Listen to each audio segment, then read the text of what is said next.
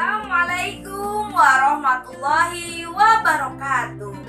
Bagaimana kabarnya Ananda Yusra Solehah? Semangat, cekatan, banyak teman, colek kanan, colek kiri, bahagia. Ananda Yusra Solehah, sebelum pembelajaran dimulai, sebaiknya kita berdoa terlebih dahulu. Ayo Ananda Yusra Solehah. A'udzu billahi minasyaitonir rajim. Bismillahirrahmanirrahim. Rabbi zidni ilman warzuqni fahman. Ananda Yusra Solehah, ada yang tahu tidak sekarang pembelajaran apa? Yo, ada yang tahu tidak? Betul, sekarang pembelajaran BABP. Apa itu PABP? Ayo, ingat kembali. Apa itu PABP? Betul, pendidikan agama Islam dan budi pekerti. Nah, pembahasan hari ini yaitu meneladani kisah Nabi Yakub alaihi salam. Nah, jangan lupa nih selalu tetap semangat dalam belajar. Jangan banyak main ya. Saksikan videonya. Kisah Nabi Yakub alaihi salam. Nabi Ishak alaihi salam mempunyai dua orang anak, yaitu Is atau Aish dan Yakub. Ketika usia Nabi Ishak sudah lanjut, penglihatan dan pendengarannya tidak lagi baik. Ishlah yang setiap hari melayani kebutuhan Nabi Ishak. Itu adalah tanggung jawabnya sebagai anak tertua. Suatu ketika, sang ibu meminta Yakub untuk menyiapkan makanan untuk Nabi Ishak. Yakub mengerjakan perintah ibunya dengan senang hati. Melihat perilaku anaknya yang sangat baik, Nabi Ishak mendoakan Yakub. Beliau berkata, "Semoga engkau menurunkan nabi-nabi dan raja." Ish merasa iri setelah tahu bahwa ayahnya mendoakan Yakub. Ia merasa Yakub telah lancang menggantikan tugasnya menyiapkan makanan untuk ayah. Seharusnya doa itu untuk dirinya, bukan untuk Yakub. Ish kemudian mengancam akan membunuh Yakub agar doa ayahnya itu tidak terwujud. Mengetahui bahwa hubungan kedua putranya tidak harmonis, sang ibu menyuruh Yakub untuk pergi ke Paddan Aram, ke rumah pamannya. Yakub pun menuruti perintah ibu.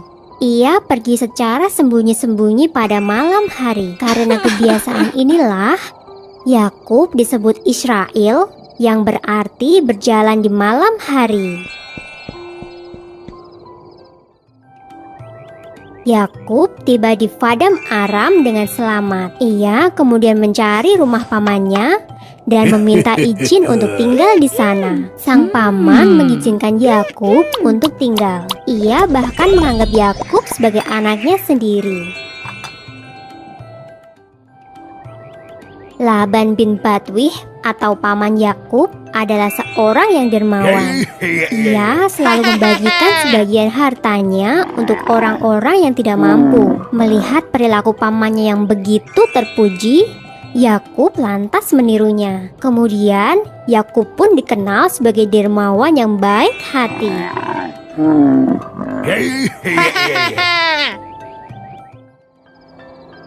Pada suatu ketika, Yakub bermimpi bertemu dengan malaikat. Ia juga mendengar suara yang mengatakan bahwa kelak ia akan mendapatkan keturunan dan bumi ini akan menjadi miliknya dan milik keturunannya.